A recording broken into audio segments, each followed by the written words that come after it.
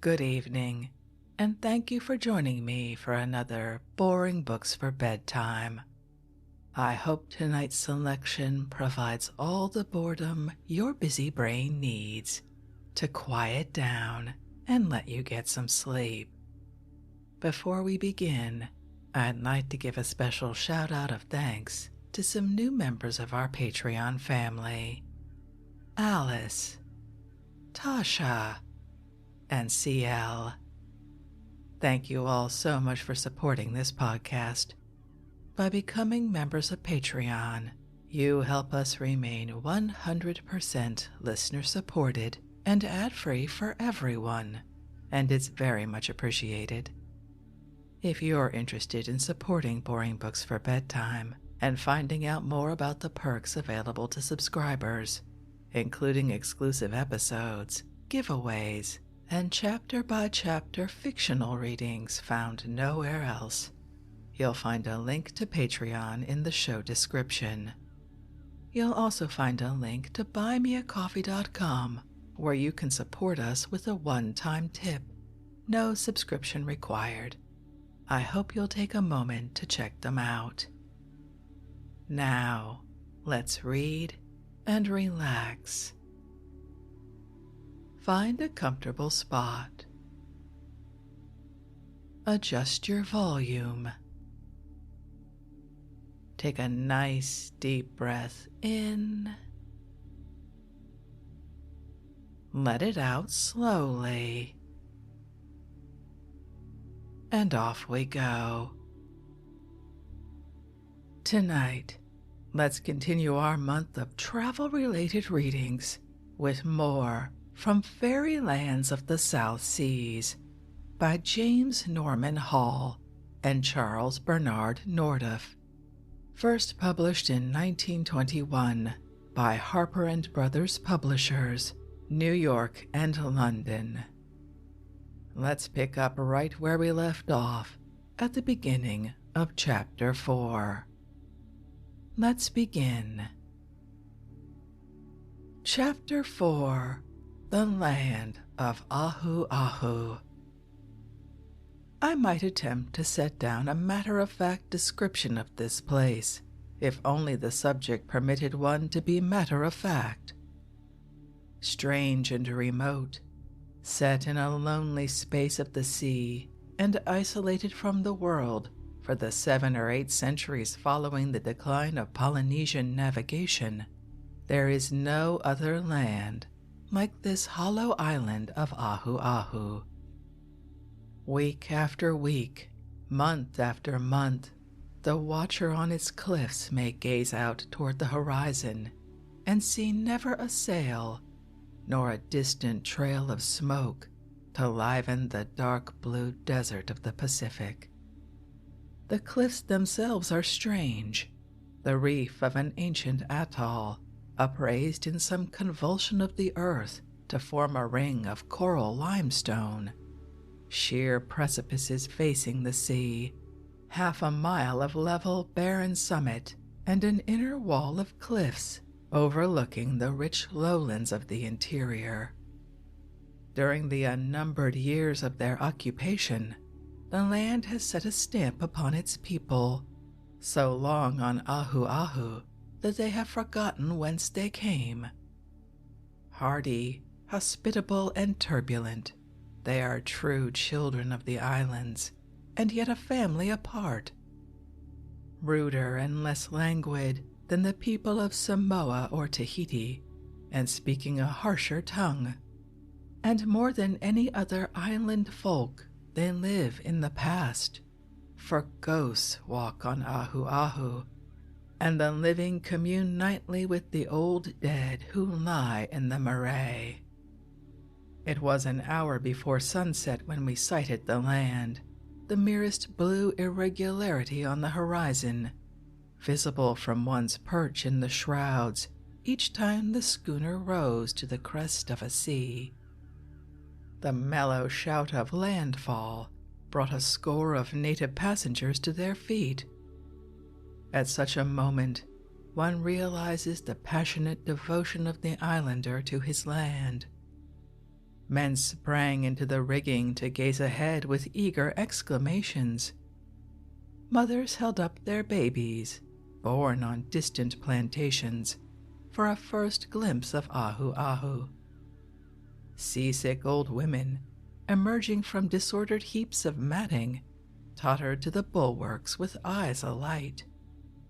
The island had not been visited for 6 months, and we carried a cargo of extraordinary variety. Hardware, bolts of calico, soap, lumber, jewelry, iron roofing, cement, groceries, phonograph records, an unfortunate horse, and several pigs, those inevitable deck passengers in the island trade. There were scores of cases of bully beef and ship's biscuit, the staple luxuries of modern Polynesia, and most important of all, 6 heavy bags of mail.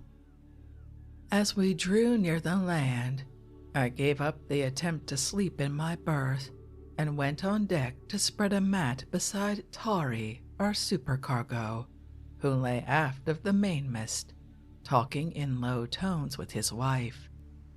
It was calm here in the lee of the island. The schooner slipped through the water with scarcely a sound, rising and falling on the long, gentle swell. Faint puffs of air came off the land, bringing a scent of flowers and wood smoke and moist earth. We had been sighted, for lights were beginning to appear in the village. Now and then, on a flaw of the breeze, one heard a sigh, long drawn and half inaudible, the voice of the reef. A party of natives seated on the forward hatch began to sing. The words were modern and religious, I believe, but the music, indescribably sad, wild and stirring, carried one back through the centuries, to the days when man expressed the dim yearnings of his spirit in communal song. It was a species of chant with responses. 4 girls did most of the singing, their voices mingling in barbaric harmonies, each verse ending in a prolonged melodious wail. Precisely as the last note died away, in time with the cadence of the chant, the deep voices of the men took up the response, Kare awe, no alas. Tari turned to me. They sing well, he said, these Ahu Ahu people. I like to listen to them. That is a hymn, but a stranger would never suspect it. The music is pure heathen. Look at the torchlights in the village. Smell the land breeze. It would tell you you were in the islands if you were set down here blindfold from a place 10,000 miles away. With the singing in one's ears, it is not difficult to fancy oneself in a long canoe at the end of an old-time voyage, chanting a song of thanksgiving to the gods who have brought us safely home. He is by no means the traditional supercargo of a trading schooner, this Tari. I have wasted a good deal of time speculating as to his origin and the reasons for his choosing this mode of life. An Englishman with a hint of Oxford in his voice, quite obviously what we call a gentleman, a reader of reviews, the possessor, at his charming place on Nukutere, of an enviable collection of books on the natural history and ethnology of the South Seas. He seldom speaks of himself or of his people at home. For 20 years he has been known in this part of the world, trading on Penrhyn, Rakahanga, Tupui, the atolls of Paumotu. He speaks a dozen of the island dialects, can join in the singing of utes, or bring a roar of applause, by his skill in the dances of widely separated groups. When the war broke out, he enlisted as a private in a New Zealand battalion, and the close of hostilities found him with decorations for gallantry, the rank of captain, and the scars of honorable wounds. As a subject for conversation, the war interests him as little as his own life. But this evening he had emptied a full bottle of rum, and was in the mildly mellow state which is his nearest approach to intoxication. "I never thought I'd see the old country again," he said, "but the war changed all that. I got a nasty wound in Gallipoli, you see, and they sent me home to convalesce. The family wasn't meant to know I was hurt, but they saw a bit of a thing in the paper, an account of the exploit which won Tari his DCM.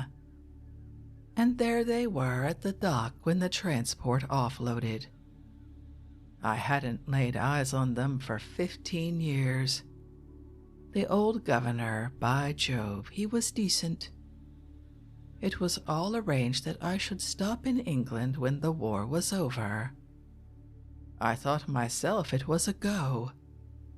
When the job was finished, and I'd got a special dispensation to be demobbed at home, I stood it for a fortnight, and then gave up. Home is all very well for a week or two, but for a steady thing, I seem to fit in better down here. What is it that makes a chap stop in the islands? You must have felt it yourself, and yet it is hard to put into words. This sort of thing, perhaps." He swept his hand through the soft darkness. "The beauty, the sense of remoteness, the vague and agreeable melancholy of these places. Then I like the way the years slip past, the pleasant monotony of life. My friends at home put up with a kind of dullness which would drive me mad. But here, where there is even less to distinguish one day from another, one seems never to grow fretful or impatient of time. One's horizon narrows, of course. I scarcely look at the newspaper anymore. If you stop here, you will find yourself unconsciously drifting into the native state of mind, readjusting your sense of values until the great events of the world seem far off and unreal, and your interests are limited to your own business, the vital statistics of your island, and the odd kinks of human nature about you. Perhaps this is the way we are meant to live. At any rate, it brings serenity. I've been here too long to sentimentalize about the natives. They have their weak points and plenty of them. Allowing for these, you'll find the Kanakas a good sort to have about. Often amusing, always interesting. At once deep, artful, gay, simple, and childish. At bottom they are not very different from ourselves. It is chiefly a matter of environment. Consider any of the traders who came here as boys, old fellows who will buttonhole you and spend hours abusing the people. The truth is that they have become more native than the men they abuse. There are places where one can live among a people and absorb nothing from them. Their point of view is too alien. It is different in the islands. If one could discover the truth, it wouldn't surprise me to learn that these people were distant cousins of ours. The scholars, in whose conclusions I haven't much faith, trace them back along the paths of successive migrations through Indonesia to northern India or the land of the Kushites. In any case, I believe that the legacy of ancestors separated from the parent stock so long ago Mankind had not yet learned the use of iron, and they are old, these island tribes, who were discovering new lands in the Pacific in the days when our forefathers wore the horns of bulls upon their heads.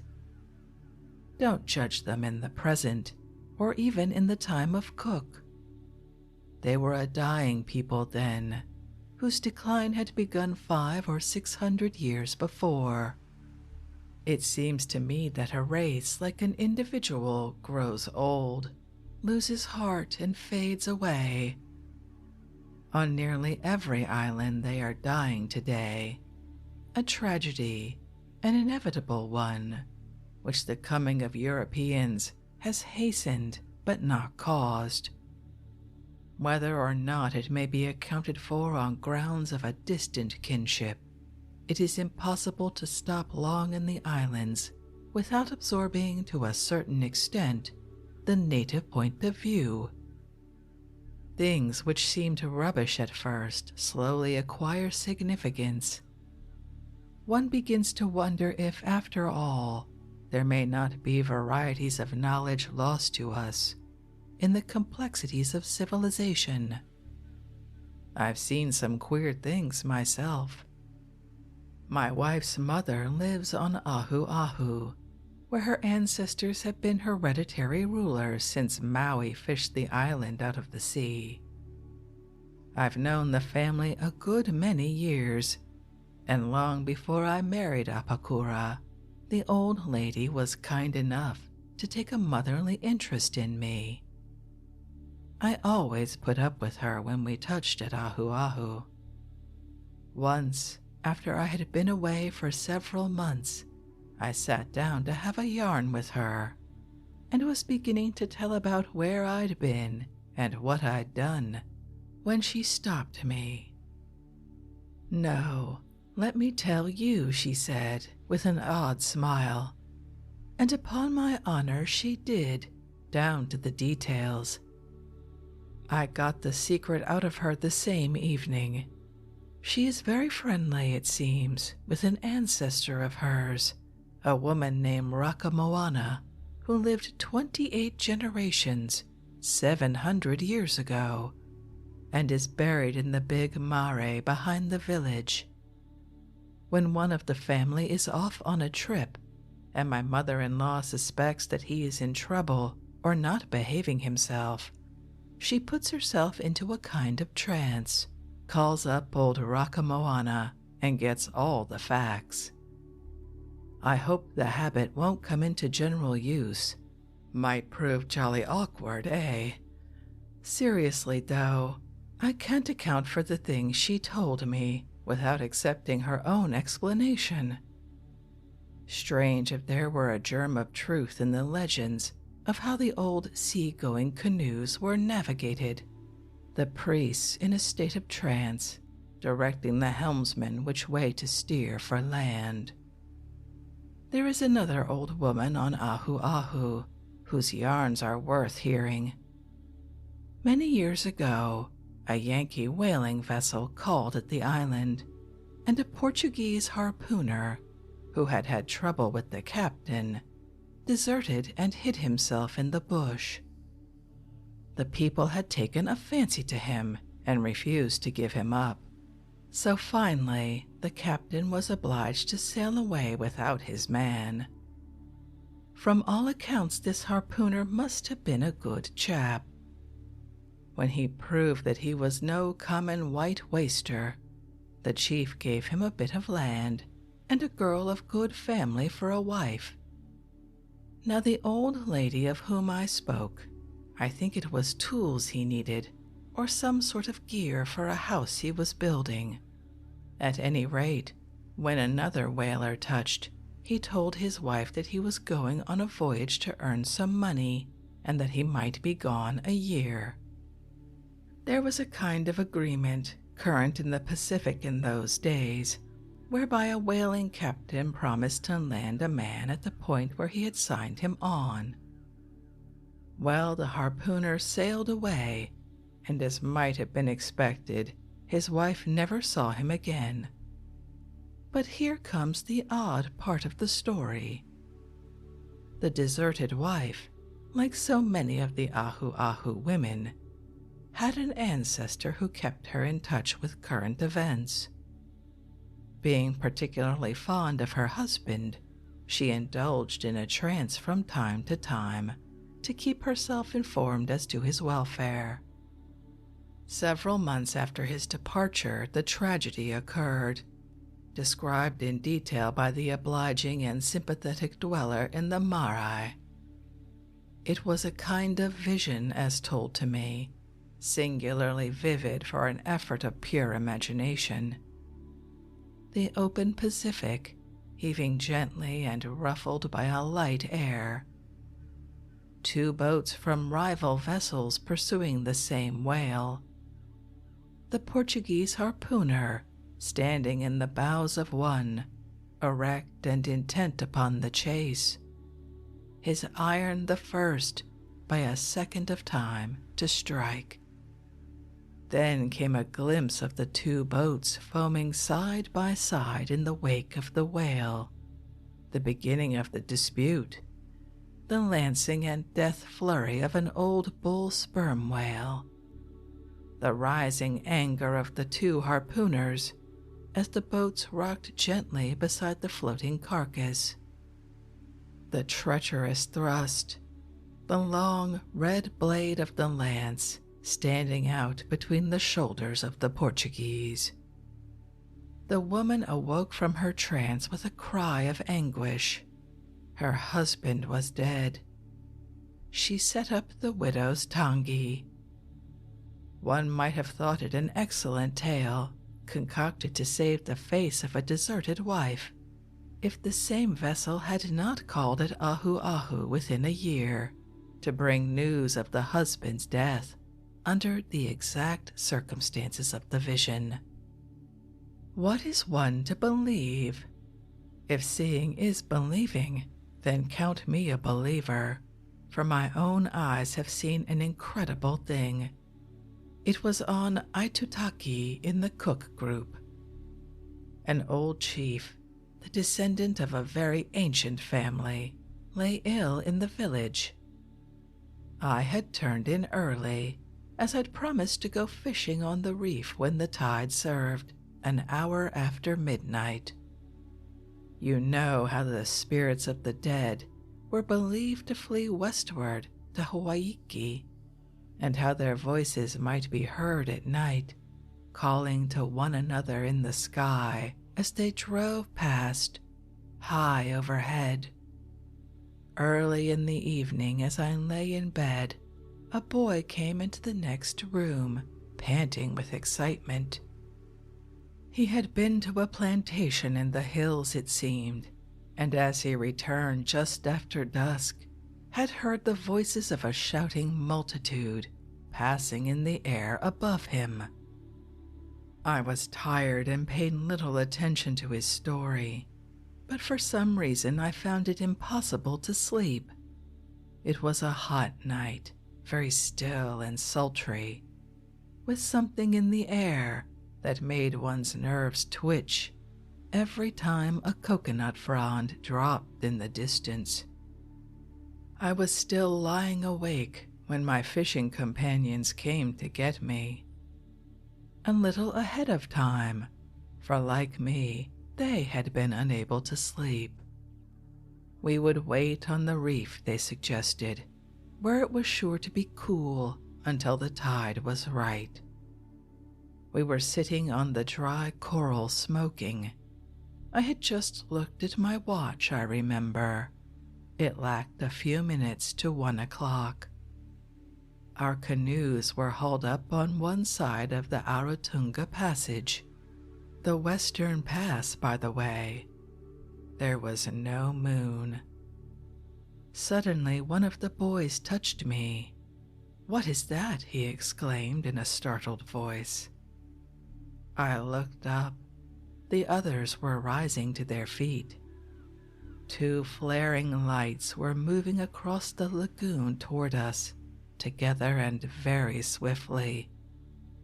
Nearer and nearer they came, until they revealed the outlines of a canoe larger than any built in the islands nowadays. A canoe of the old time, with a flaming torch set at prow and stern.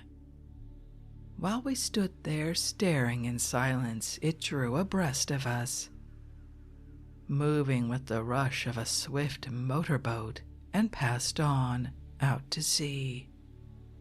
I was too amazed to think clearly until I heard one of the boys whisper to another, "Kuamate te ariki." The chief is dead. The great canoe bears him out to the west. We launched our canoes and crossed the lagoon to the village. Women were wailing. Yes, the old man was dead. He had drawn his last breath a little before 1 o'clock. Remember that I saw this thing myself. Perhaps it was a dream. If so, we all dreamed alike.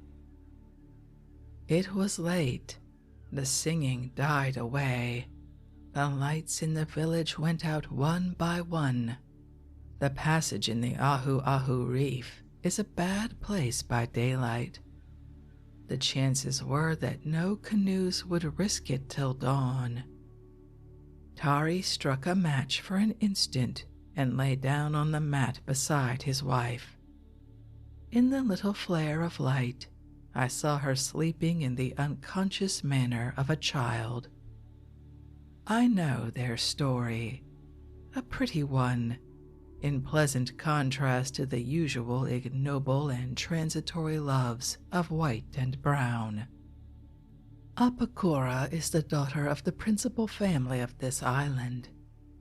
Her mother and father for many years, the warm friend of Tari. He had known the child from the time she was 3. She was always on the beach to meet the canoe that brought him ashore.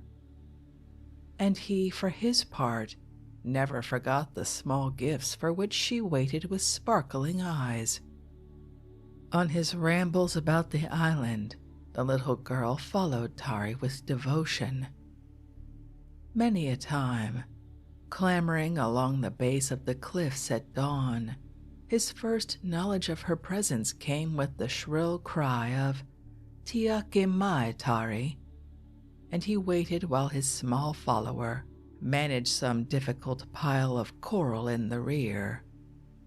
Their friendship had only Tari's 2 or 3 visits a year to feed on, but neither forgot, and in the course of time, as the child learned to read and write, a correspondence began. Very serious on her side, pleased and amused on his. When he went away to the war, she was 11, a slim, dark-eyed child. When he returned, she was 16, and a woman, though he did not know it. On this occasion in the evening, when the rest of the family had gone to bed, he sat talking with Apakura's mother, or rather, listening while the old woman told one of her stories of life on Ahu Ahu, equally fascinating and long drawn out. It is not difficult to reconstruct the scene in imagination. Tari comfortable in bare feet and a pareu, half reclining against the wall as he smoked his pipe in absent-minded puffs. The woman cross-legged on the floor, leaning forward in earnest speech, her voice rising, falling, and dying to a whisper, in the extraordinary manner of the Polynesian teller of tales. Her hands from time to time falling simultaneously with a loud slap to her knees, in emphasis of some point in the narrative. The story ended. Little by little, the mother led the conversation to the subject of her daughter. Tari began to praise the girl. "What do you think of her?" asked the old woman, "now that you have been away these 5 years?" "There is no other girl like her," said Tari. Since that is so, take her with you. We shall be pleased, all of us. I in particular, who look on you as a son. She is a good girl. She can sew, she can cook, and the young men say that she is beautiful." "You propose that I take her as a wife?" exclaimed the astonished Tari, to whom in truth the idea had not occurred. "Yes, why not? You need a wife, now that the little affair of Tukonini has blown over. But think, Mamma, I am 40, the child is 16. It is not fitting. Young wives are best if they are faithful. Apakura will never look at another man." "I will think it over," said Tari. "Let us leave it so. Not this year, at any rate. She is too young." As he bade her good night and turned to go to his sleeping place, the old woman spoke again. "Bear one thing in mind," she said with a smile. "It will help you to decide. Consider now and then the thought of my daughter married to another." In the end, as is often the case, it was Apakura who settled the matter. Next morning, Tari was busy with some stock-taking and did not board the schooner till the last moment, or notice in his preoccupation the mysterious smiles with which the crew greeted him. They were a dozen miles offshore before he folded the last of his papers, lit a pipe, and went on deck for a breath of air. The old woman's last words stuck unpleasantly in his mind, I fancy, as he stood there smoking, with his back to the companionway. All at once he saw the helmsman, an Ahu Ahu boy he had known since childhood, lift his eyes from the binnacle and grin from ear to ear. At the same moment, Tari felt a hand slip into his own and heard a small, familiar voice say, "I am here." It was Apakura, more serious than usual and a little frightened, but not to be put off longer. They were married in Tahiti a fortnight later. It was Apakura's voice that awakened me. She was leaning over the bulwark in eager conversation with her mother, who had come off in the first canoe. The air was fresh with the cool of dawn. In the east, the sky was flushing behind scattered banks of trade-wind clouds, tinted in wonderfully delicate shades of terracotta. A dozen big outrigger canoes of the type peculiar to this island were coming out through the passage, each paddled by 4 men, who shouted as their heavy craft dashed through the breakers. Little by little, not at all after the manner of traditional dawn in the tropics, the light increased, until Ahu Ahu lay fully revealed before us. The smoking reef, the shallow lagoon, and the cliffs, their summits plumed with coconut palms. A crowd of islanders was already gathering on the reef, and I could see others making their way down the steep path from the settlement. As the sun rose, the colors of the scene grew stronger. Green palms, gray cliffs, white walls of the village, pale blue of the sky, azure of the sea water. There is no color in the world that I have seen like the blue of the water off the Ahu Ahu reef. So vivid, so intense, one felt that a tumbler of it held up to the sun would be a mass of sapphire, or that a handkerchief dipped in it would emerge strongly dyed. Apakura was going ashore with her mother. Standing in the narrow canoe, she directed the stowing of her luggage: a mat, a bright patchwork quilt, a box of cedar wood.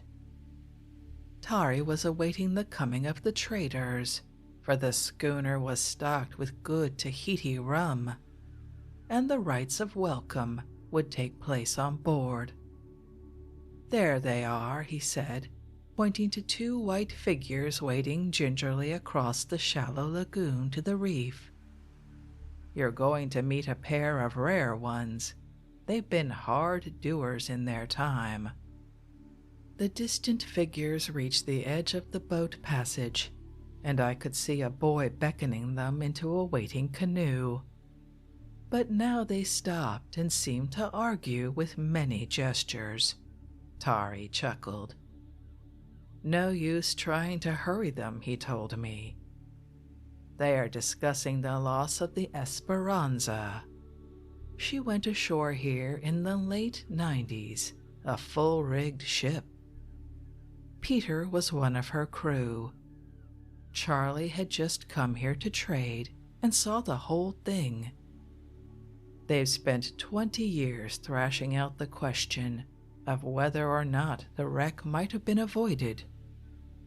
Every morning after breakfast, Charlie strolls across to Peter's house to smoke a pipe and discuss some of the fine points. Every evening after tea, Peter returns the visit, and the argument goes on till bedtime. Charlie's an American, an old man now, close to 70. He put in 30 years on Hiva Oa in the Marquesas before he came to Ahu Ahu. I'd like to have some of his memories. Notice his arms if he pulls his sleeves up. He has 16 children on Hiva Oa, and 14 here, all numbered. He says he never can remember their names. When his wife died in the north, he gave all his land to the children and left on the first schooner. She touched at Papiti, but he didn't go ashore.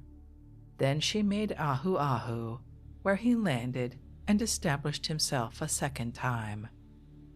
He has never seen a motor car, a telephone, or an electric light. Presently the canoe came dancing alongside, and the two old men clambered painfully over the rail. Peter thin, hatchet-faced and stooping. Charlie the ruin of a magnificent man. He towered above any of us on the deck, this ancient dweller among cannibals. Still erect, his head still carried proudly, but the flesh hanging loose and withered on his bones. It was easy to fancy the admiration he must have inspired 40 years ago among the people, in whose eyes physical strength and perfection were the great qualities of a man. In the cabin, while the cook squeezed limes for the first of many rum punches, Charlie took off his tunic of white drill, and as he sat there in his singlet, I saw that his arms and chest, like his face, were tanned to an indelible dull brown, and that patterns in tattooing ran from wrist to shoulder, greenish blue and barbaric. I never learned his history. It must have been a thing to stir the imagination. Once as we sat drinking, Tari mentioned Stevenson, and the old man's face brightened. He said slowly, in native fashion, "I remember him well. He came to Hiva Oa with the casco. A funny fellow he was, thin. There was nothing to him but skin and bones. And questions. He'd ask you 100 in a minute. I didn't take to him at first, but he was all right.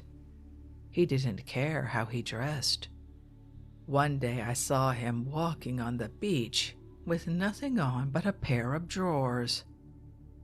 The cook plied back and forth, removing empty glasses and bringing full ones.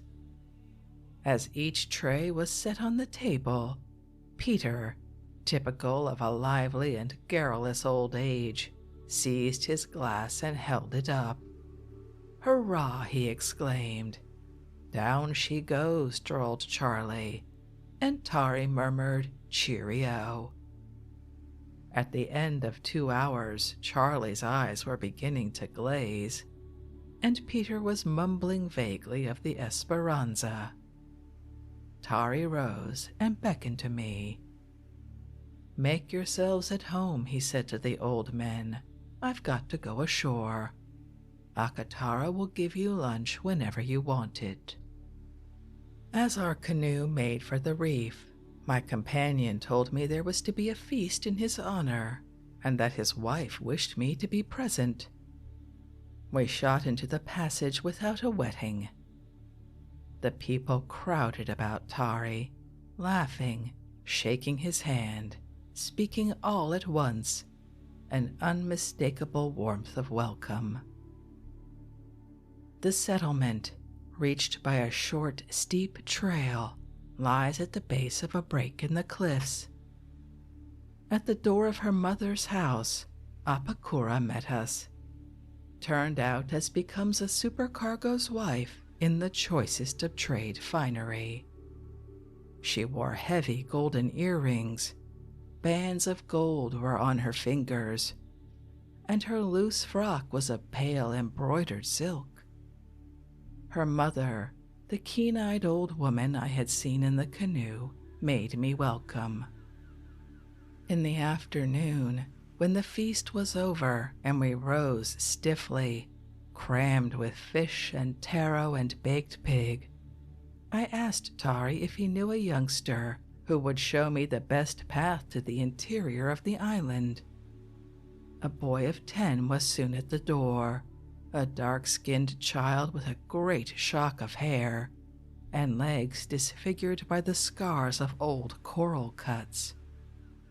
A twisting path, cobbled and wide enough to walk 2 abreast, led us to the summit. The stones were worn smooth by the passage of bare feet, for excepting fish, all the food of the village is brought over this road from the plantations to the sea. There could be no doubt that the ring of cliffs on which we stood was an ancient reef. In places one could recognize the forms of coral, embedded with shells of many varieties in the metamorphosed rock. Here and there, one found pockets of a material resembling marble, veined and crystalline, formed from the coral by processes impossible to surmise. The bulk of the rock is the fine-grained white limestone called Makatea in the eastern Pacific. The level summit of the cliffs, over which in centuries gone by the sea had washed and thundered, forms a narrow plain, sparsely wooded and cultivated in spots, where a thin soil has gathered in the hollows. We halted under the palms crowning the inner brink. The trail wound down giddily ahead, so steep in places that ladders had been fastened to the rock. To right and left of us, the cliffs were sheer walls of limestone, rising from a level little above that of the sea. The low hills of the interior, volcanic and fern-covered, draining in every direction toward the foot of the Makatea, have formed a circling belt of swampland, on which all the taro of the island was grown. One could look down on the beds from where we stood, a mosaic of pale green, laid out by heathen engineers in days beyond the traditions of men. Another time, perhaps, I will tell you of that afternoon. How we climbed down the trail and walked the dikes among the taro. How my escort increased to a merry company, as the people began to come after food for the evening meal. Of a boisterous swim in a pool beneath a waterfall. Of how I found the remains of an ancient house, built of squared stone so long ago that over one end of it the wooded earth lay 2 yards deep. Toward evening, in the bush at the edge of the taro swamps, I came upon a large house built of bamboo and pandanus in the native fashion. A man was standing framed in the doorway, a tall white man dressed in pajamas of silk. His gold-rimmed spectacles, gray beard, and expression of intelligent kindliness were vaguely academic, out of place as the cultivated voice which invited me to stop. The boys and girls escorting me squatted on their heels outside. A brace of pretty shy children scurried past as I entered the house. My host waved his hand toward a mat. There was only one chair in the room, standing before a table, on which I saw a small typewriter and a disordered heap of manuscript. Otherwise, the place was unfurnished except for books, ranged in crude bookcases, tier upon tier, stacked here and there in precarious piles, standing in rows along the floor. "I am glad to see you," he said, as he offered me a cigarette from a case of basketwork silver. "It is not often that a European passes my house." I shall not give his name or attempt to disguise him with a fictitious one. It is enough to say that he is one of the handful of real scholars who have devoted their lives to Polynesian research. I had read his books, published long before, and wondered more than once whether he still lived and where he hid himself.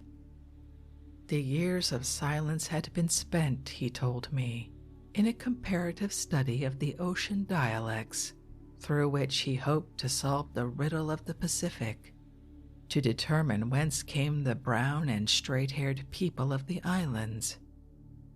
Now, with the material in hand, he had chosen Ahu Ahu as a place of solitude, where he might complete his task of compilation undisturbed. On the whole, he said, with agreeable readiness to speak of his work, I am convinced that they came from the West. The Frenchman's theory that the race originated in New Zealand, like the belief that they migrated westward from the shores of America, is more picturesque, more stirring to the imagination, but the evidence is too vague. If one investigates the possibilities of an eastward migration, on the other hand, one finds everywhere in the western islands the traces of their passage. Far out in the Orient, in isolated groups, off the coast of Sumatra, about Java and the Celebes, and in the Arafura Sea, I can show you people of the true Polynesian type. Even in such places, where the last migration must have passed nearly 2,000 years ago, scraps of evidence remain. A word, a curious custom, the manner of carrying a basket. These things might seem coincidences if the trail did not grow warmer as one travels east. Though no trace of their blood is left, New Guinea must at one time have been a halting place in the migration. Papua it is called, and one finds the word current in Polynesia, meaning a garden, a rich land. The natives of New Guinea are as unlike the people of the Eastern Pacific, I should say, as the average American or Englishman, and yet, throughout New Guinea, there is a most curious cropping out of Polynesian words, pointing to a very ancient intercourse between the races. Consider the word for woman among the Polynesians. In Rarotonga it is vaine, in Tahiti vahine, in the Marquesas vahine, in Hawaii wahine, in Samoa fafine.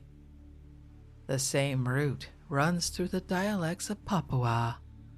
In Motu, woman is habine, in Kerepunu vavine, in Aroma babine, and in Motomotu it is ua, which in this part of the Pacific means variously female, seed, and rain. I could cite you dozens of similar examples. Now and then, one comes across something that sets one's imagination to work. As you must know, the word for sun in the islands is Ra, but in Tahiti they have another word, Mahana. In New Guinea, 3,500 miles away, and with all Melanesia between, the tribes of the South Cape call the sun Mahana. What a puzzle it is. Though it may be the merest coincidence that Ra has a flavor of Egypt, I wonder if there could be a connection. I used to know a girl in Tahiti whose strange and rather beautiful name, hereditary as far back as the records of her family went, was that of a queen of Egypt who ruled many hundreds of years before Christ. But I mustn't ride my hobby horse too fast. It is a pity you can't stop on Ahu Ahu for a time. There are not many islands so unspoiled. I've grown very fond of the place. I doubt if I'll ever leave it permanently. If you are interested in ghosts, you had better change your mind. I have a fine collection here. The house is built on the site of a tumble-down mare. There is our white rooster, the spirit of an old chief, which appears during the new moon. Perfectly harmless and friendly, but the people rather dread him. Then we have a ghostly pig, very bad indeed, and a pair of malignant women who walk about at night with arms and long hair entwined, and are suspected of ghastly appetites. I shall not say whether or not I have seen any of these. Perhaps it is living too much alone, but I am not so skeptical as I was. It was not easy to part with such a host, but the sun was low over the Makatea, and the prospect of crossing the dikes among the taro and scaling the cliff by dark drove me at last to take reluctant leave. Lamps were shining in the village when I returned. In some of the houses I heard the voice of the father, reading aloud solemnly from the Bible in the native tongue. In others, the people were assembled to chant their traditional and melancholy hymns. Tari was alone on the veranda, smoking in his absent-minded fashion, and motioned me to sit down beside him. I told him how I had spent the afternoon. When I had finished, he puffed on in silence for a time. "It is a strange place, Ahu Ahu," he said at last.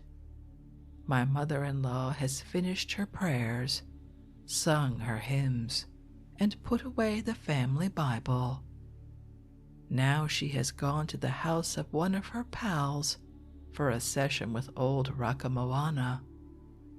Like the land itself, the people are relics of an elder time, pure heathen at heart."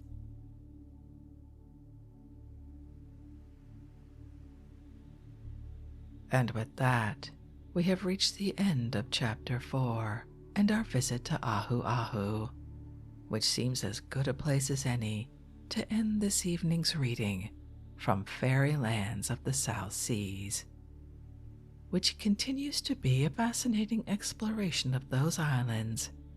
I rather like the idea of ghosts watching over us. I hope you enjoyed that. If you'd like to read this work for yourself, as always, you'll find a link to a free ebook from Project Gutenberg in the show description. If you'd like to connect, suggest a boring book you'd like to hear read, or request more from one we've already started, you can drop me an email via our website, www.boringbookspod.com. It's always a pleasure to hear from you. Thank you so much for joining me for this evening's reading. Until our next boring book, good night.